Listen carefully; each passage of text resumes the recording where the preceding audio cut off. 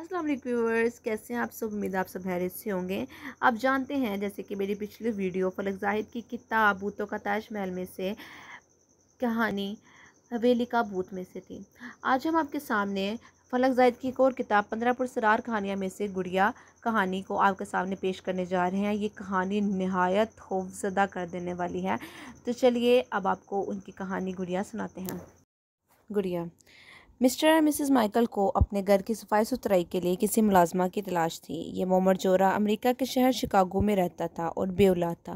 बिलाखिर बहुत दिनों की तलाश के बाद मिस्टर माइकल को अपने दोस्त की तवसत से घर के लिए एक मुलाजमा मिल गई जिसका नाम था मार्गरीता।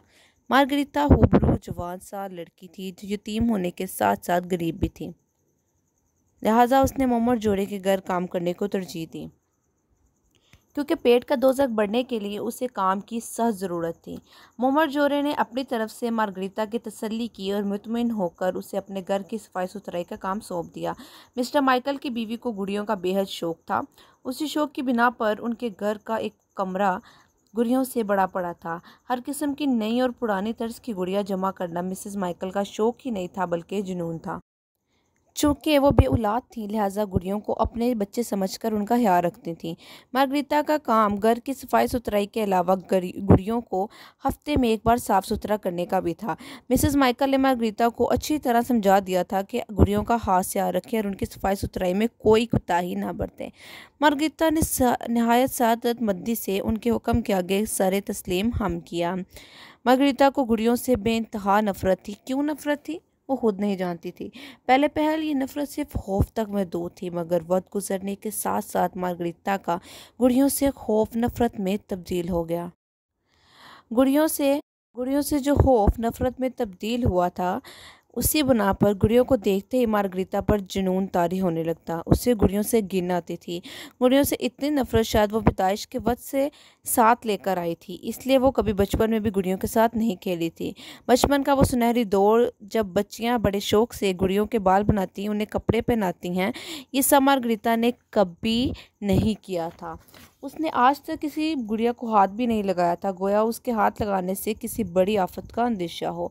मगर अब जबकि वो गरीब थी और यतीम भी, लिहाजा पैसा कमाने के लिए उसे ये नौकरी कबूल करना पड़ी। मार्गरीता का बचपन और लड़कपन यतीम खाने में गुजरा, जो उसकी ज़िंदगी का सबसे कठिन दौर था। वो किसके गुनाहों की निशानी थी वो नहीं जानती थी, क्योंकि और कौन उसे यतीम खाने में फेंक गया वो कुछ नहीं जानती थी। ना ही उसने कभी इन सवालों के झंझट में खुद को डालने की कोशिश की थी।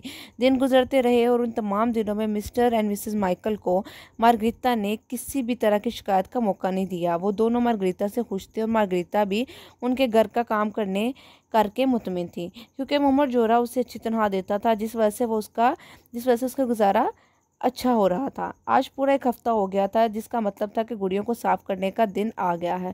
चुनाचे मार्गरीता इस कमरे में आई जहाँ हर किस्म की बेशुमार गुड़ियाँ शेल्फों पर आवेजा थी।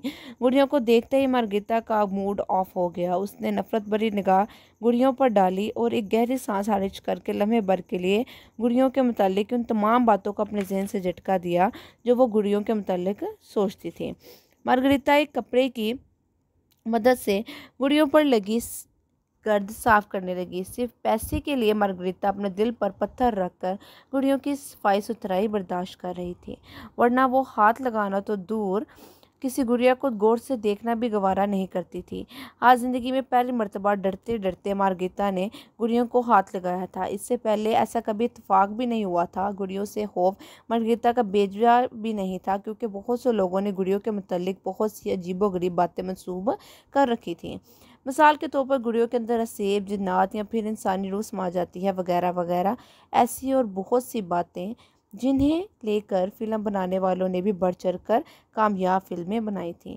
किस्मत के खेल भी निराले हैं। कुदरत ने मार्गरीता को उसी जगह से रोज़ी अता की थी जिसके बारे में मार्गरीता ने कभी सोचा भी नहीं था, ना ही सोच सकती थी कि वो एक दिन गुड़ियों को साफ करने के एवज़ पैसा कमाएगी, जिससे इस कदर नफरत थी। यूं ही बारी बारी एक गुड़िया को साफ करते करते मार्गरीता एक ऐसी गुड़िया के पास आई जो दूसरी गुड़ियों से बिल्कुल मुख्तलिफ और अजीब थी। मार्गरीता पहले तो कुछ लम्हे बड़े गौर से उस गुड़िया को देखती रही जो शेल्फ पर बेहिस्सो हरकत सामने की जानिब आंखें खोले बैठी थी। मार्गरीता ने हिम्मत करके उस गुड़िया को उठा ही लिया। गुड़िया के सुनहरे बाल थे और नीली आंखें थीं जो सीधा मार्गरेटा की आंखों में झांक रही थीं, और मुंह हंसने के अंदाज में थोड़ा सा खुला हुआ था। काफ़ी देर उस अजीब गुड़िया को यूं ही देखने के बाद मार्गरेटा उसे उल्ट पुल्ट कर कर देखने लगी कि मार्गरेटा की नज़र गुड़िया के पुष्प पर लगे बटन पर गई, जिसे देखते ही मार्गरेटा समझ गई कि ये गुड़िया मुझे आम गुड़ियों की तरह नहीं बल्कि बोलने वाली गुड़िया है जो यकीनन सेल से चलती है। मार्गरेटा की दिलचस्पी बढ़ी। उसने गुड़िया के पुष्प पर लगा बटन दबाया, जिसके दबते ही वो गुड़िया बच्चों की सी आवाज़ में बोली, हेलो। गुड़िया के लब हिले और गोल मटोल आंखें इधर उधर घूमकर साकित हो गईं। मार्गरेटा ने गुड़िया के पुष्प पर लगा बटन एक बार फिर दबाया। मैं अपनी मामा से बहुत प्यार करती हूँ, गुड़िया बच्चों की इसी आवाज़ में कहकर एक बार फिर बेहिस्सो हरकत हो गई। मार्गरेटा ने बगैर किसी तासुर के उस बोलती हुई गुड़िया को साफ करके वापस उसकी जगह पर रख दिया। उसे इस बोलती गुड़िया ने भी मुतासिर नहीं किया था। उसके नज़दीक मोहम्मद खातून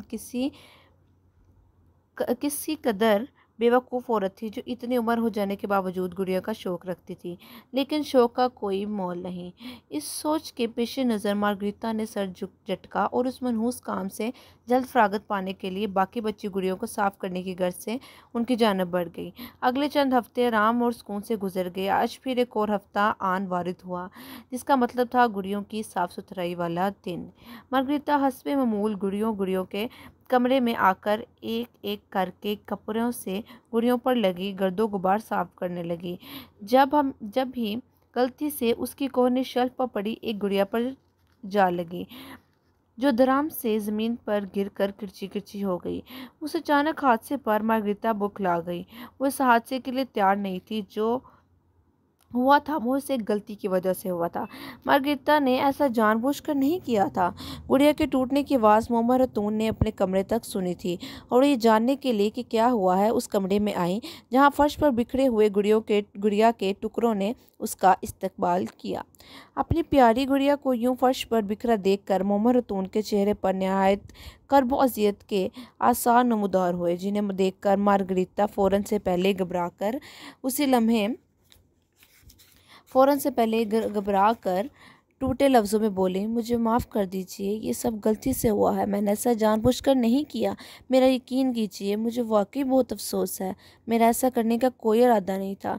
मार्गरेटा की बात सुनकर मोहम्मद खातून ने उसे खा जाने वाले नज़रों से घूरा, जिसे देखकर मार्गरेटा सहम कर रह गई। मैंने तुमसे कहा था कि इसका खास ख्याल रखना, फिर ये कैसे हो गया? मोहम्मद खातून ने हलक पार कर चिल्लाई। मार्गरेटा काम कर रह गई। जी जी जी वो क्या जी वो? जब मैंने कहा था तुमसे तो तुमने इतनी लापरवाही कैसे की? मोहम्मद खातून धाड़ी। मार्गरेटा खौफजदा सी एक तरफ को सिमटी हुई खड़ी थी। मोहम्मद खातून का दिल चाह रहा था कि वो अभी उस वक्त मार्गरेटा को चलता कर दे, मगर वो ऐसा करना भी नहीं चाहती थी, क्योंकि पहले ही उन्हें बड़ी मुश्किल से मार्गरेटा मिली थी। उसे खोकर उन्हें मज़ीद कई दिन तक नई मुलाजमा के लिए ख्वार होना पड़ता। इसलिए मोहम्मद खातून अपना गुस्सा जब्त करते हुए सख्त लहजे में बोली, मैं तुम्हें एक ही शर्त पर इस नौकरी पर रखूंगी, अगर तुम वादा करोगे कि आइंदा तुम पहले से ज़्यादा इन गुड़ियों का ख्याल रखोगी। मार्गरेटा ने सहम कर जल्दी से इस बात में सर हिलाया। जी, मैं वादा करती हूँ कि आइंदा इनका पहले से ज़्यादा ख्याल रखूंगी। मोहम्मद खातून ने नागवारी से मार्गरेटा को देखा और सख्त लहजे में फर्श पर बिखरे गुड़िया के टुकड़ों की तरफ इशारा करते हुए कहा, 1 मिनट से पहले इनको साफ करो, अब जाओ यहाँ से, कल आ जाना। मोहम्मद खातून गुस्से से कहकर कमरे से निकल गई, जबकि मार्गरेटा वहीं खड़ी पेचोताप खाकर रह गई। उसे इस वक्त मोहम्मद खातून कितनी जहर लग रही थी, ये वो और उसका खुदा ही जानते थे। जो हुआ था वो एक हादसा था, उसमें मार्गरेटा की किसी भी तरह की साजिश का अमल दखल नहीं था, लेकिन फिर भी मोहम्मद खातून ने मार्गरेटा को मुँह से गुड़िया की खातिर इस कदर जलील किया था कि मार्गरेटा से बर्दाश्त नहीं हो रहा था। उसका दिल चाह रहा था कि वो अभी उसी वक्त मोहम्मद खातून को जान से मार दे, मगर वो ऐसा नहीं कर सकती थी। उसने नफरत भरी निगाह फर्श पर टूटी हुई गुड़िया पर डाली। उसका दिल मोहम्मद खातून से ख़राब हो गया था, इतना ख़राब हुआ कि वहीं खड़े खड़े नफरत में बदल गया। वो देखते देखते नफ़रत ने इस कदर शिद्दत पकड़ी कि इंतकाम का रूप धार लिया।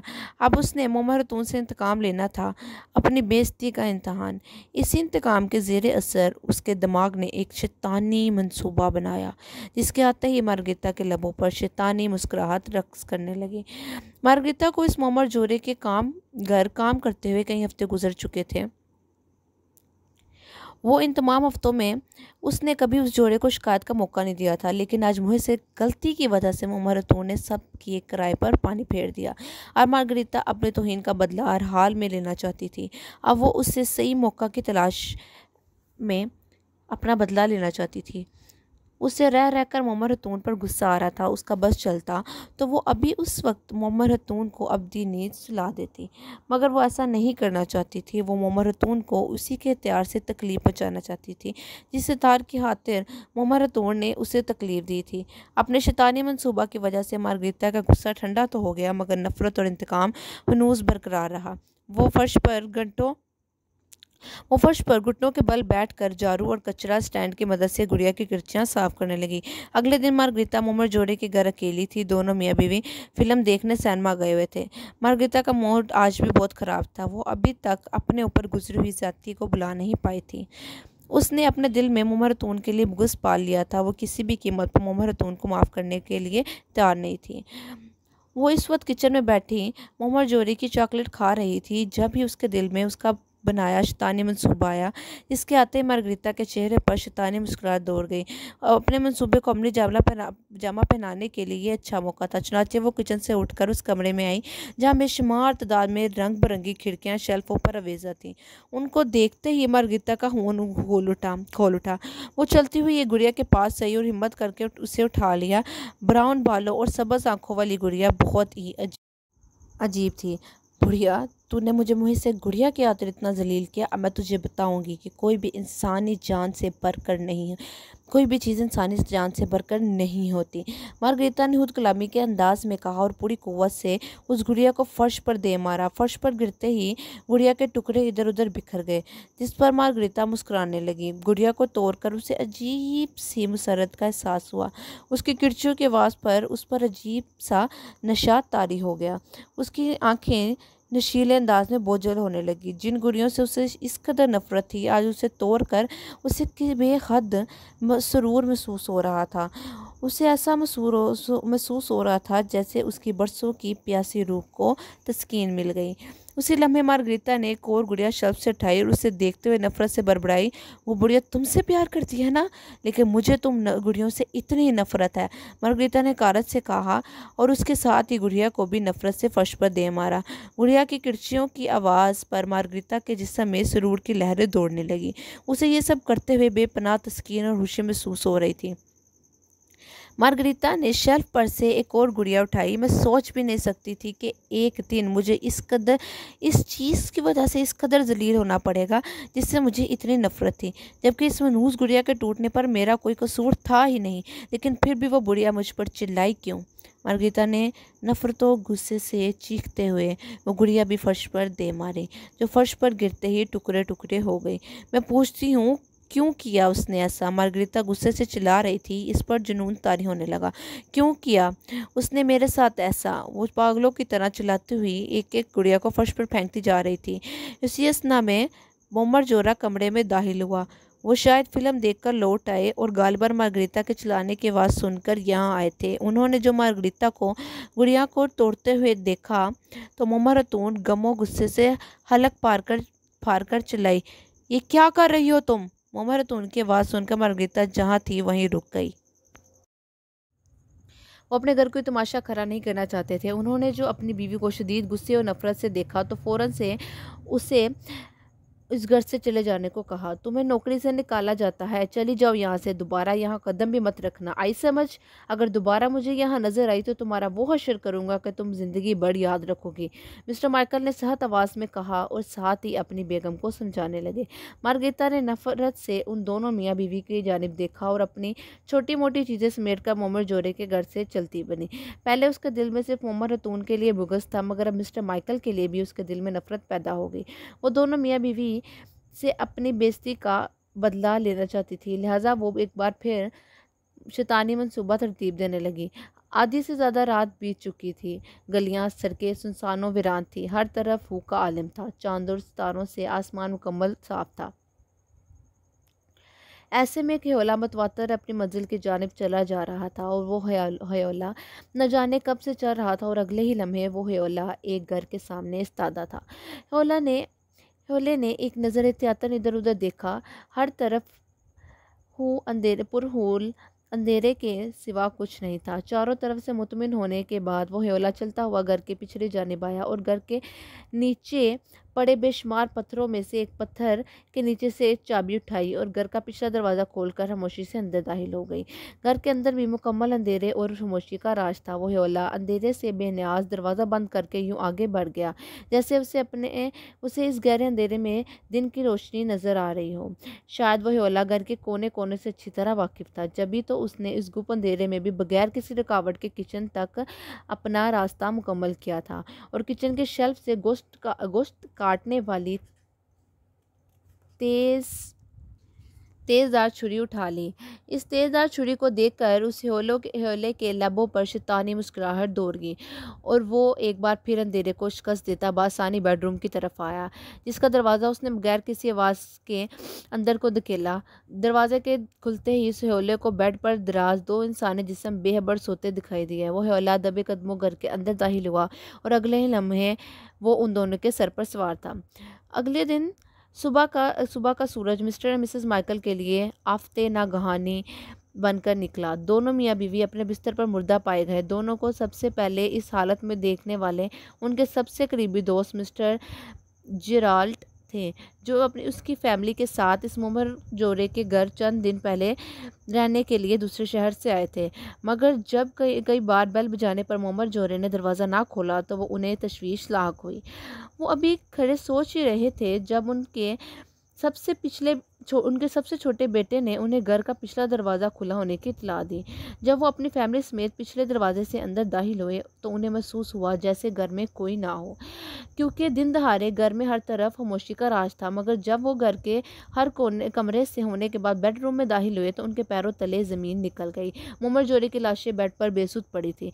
मिस्टर जेराल्ड की बीवी की तो चीखें निकल गई थी, जबकि छोटे बच्चे रोने लगे थे। मिस्टर जेराल्ड ने फ़ौरन से बेशतर अपनी फैमिली को कमरे से निकाला और पुलिस को इत्तला कर दी। पुलिस का पूरा अमला इत्तला मिलते ही ज़बरदस्त होटर बजाता हुआ जाए वकुआ पर पहुंच गया और पूरे घर को अपने घेरे में ले लिया।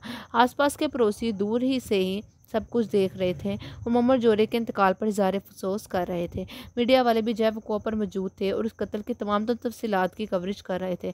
पुलिस ने बारी बारी सबका बयान कलमबंद किया, जिसमें मिस्टर जेराल्ड की फैमिली के अलावा आसपास के कुछ पड़ोसी भी थे। इन सब के हालात मोहम्मद जोरे के बारे में अच्छे थे। उसी भीड़ में वो दोशीज़ा भी मौजूद थी जिसने खुद को मोहम्मद जोरे के मुलाज़मा के तौर पर पेश किया। पुलिस ने उसका बयान भी कलमबंद किया। उसने कहा कि मैं मिस्टर और मिसेस माइकल के घर काम करती थी।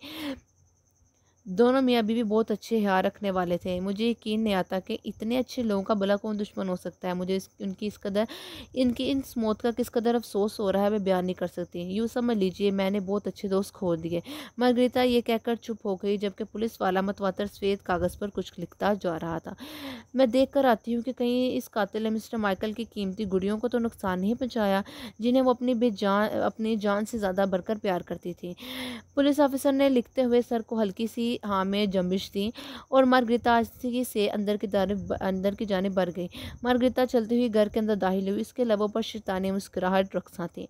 उसने मोहम्मद जोरे से अपनी बेइज्जती का बदला बहुत अच्छी और सफाई से ले लिया था, जिस पर वो बहुत खुश थी। रत्ती बराबर भी उसके दिल में कोई पछतावे के सार मौजूद नहीं थे। गुड़ियों की वजह से वो अपनी बेइज्जती पर उसका इंतकाम इस हद तक जा चुका था कि कत्ल जैसा घिनौना जुर्म करते हुए भी उसके हाथ लम्हा भर को नहीं कांपे थे। उसके ज़मीन ने उसे खबरदार किया, ना ही उसके ज़मीन ने उसे खबरदार किया था।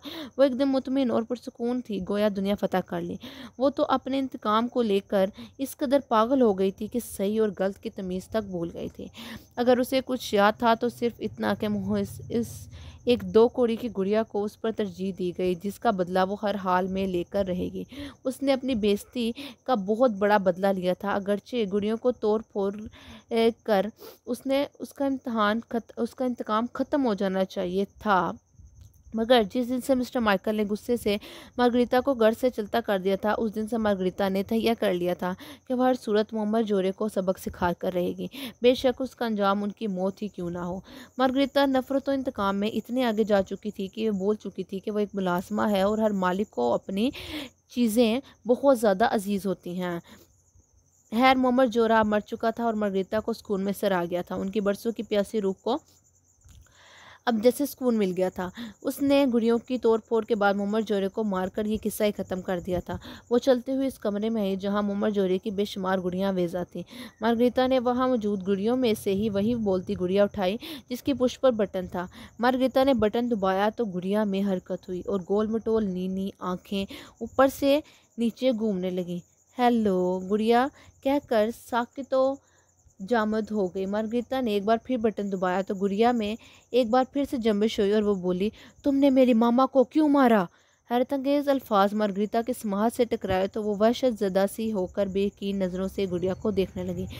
अभी अभी अभी तुमने क्या कहा? मार्गरीता ने हैरत से टूटे लफ्ज़ों में पूछा। तुमने मेरी मामा को क्यों मारा? गुड़िया ने मार्गरीता को घूरते हुए कहा। गुड़िया के मुंह से ये अल्फाज सुनकर मार्गरीता हवास पाता हो गई। खौफ की सर्द लहर उसके रगों में सरायत करने लगी। उसे ऐसा लग रहा था जैसे किसी ने उसके सर पर बेतहाशा हथौड़े बरसा दिए हों। वो ना समझने के अंदाज से गुड़िया को टुकर टुकर देखने लगी। उसे कुछ सुझाई नहीं दे रहा था कि ये सब क्या है। अब खौफ मार्गरीता को अपनी लपेट में ले चुका था। वो वहशतज़दा होकर गुड़ियों की पुष्ट पर लगे बटन को मसलसल दबाती गई, जबकि गुड़िया के मुंह से निकला हर लफ्ज़ मार्गरीता को झंझोड़ता चला गया। तुमने मेरी मामा को क्यों मारा? वो बहुत अच्छी मामा थी, मुझे उनसे बहुत प्यार था। क्यों मारा तुमने मेरी मामा को? अचानक मार्गरीता ने बटन दबाना बंद कर दिया, जिसके साथ ही वो गुड़िया बेसाख्तो जामद होकर ज़मीन पर गिर गई। मार्गरीता ने गौर से गुड़िया की आंखों में झांका। जब भी गुड़िया मार्गरीता के बगैर बटन दबाए पूरी ताकत से चलाई। क्यों मारा तुमने मेरी मामा को? हवास पाता से मार्गरीता कमरे से बाहर की तरफ दौड़ी। वो पागलों की तरह भागती हुई कमरे से बाहर निकली और पुलिस और दीगर लोगों के जुर्म को चीरती हुई आगे बढ़ गई। अगले दिन मार्गरीता अपने बिस्तर पर मौजूद पाई गई। उसकी बाहों में वही सुनहरे बालों वाली नीली आंखों वाली बोलती गुड़िया मौजूद थी। तफ्तीश के दौरान एक जवान साथ ऑफिसर ने महरूम मार्गरीता की बाहों से उस बोलती गुड़िया को उठाया और यूं ही उसे पलट पलट कर देखने लगा तो उसकी नज़र गुड़िया के पुष्प पर लगे बटन पर गई। जो ही उसने वो बटन दबाया, जिसके साथ ही सुनहरी बालों वाली गुड़िया में हरकत हुई और बोलती चली गई, उसने मेरी मामा को मारा था, उसने मेरी मामा को मारा था, उसने मेरी मामा को मारा था, मैंने उसको मार दिया। और फिर अचानक गुड़िया टूटकर किरचियों में तब्दील हो गई। ये कहानी हमें सबक देती है कि हमें अपने गुस्से पर काबू रखना चाहिए। मिसेस माइकल को भी अपने गुस्से पर काबू रखना चाहिए था और मार्गरीता को भी। उनको अपने गुस्से को इतनी शक्ल नहीं देनी चाहिए थी कि अगला इंसान इस हद तक उतर जाए कि वो अच्छे और बुरे की तमीज़ को भूल जाए। मार्गरीता ने गलत किया कि उसने इस चीज़ का बदला किसी इंसान के खून से लिया। हमें चाहिए कि हम दूसरों का ख्याल रखें और अपने अल्फाज पर गौर करें कि हमारे अल्फाज किसी को कितनी तकलीफ पहुंचा रहे हैं। इन्हीं के साथ मैं आपसे विदा लेती हूँ। अगली बार और कहानी के साथ हाजिर होंगी। अल्लाह हाफिज़।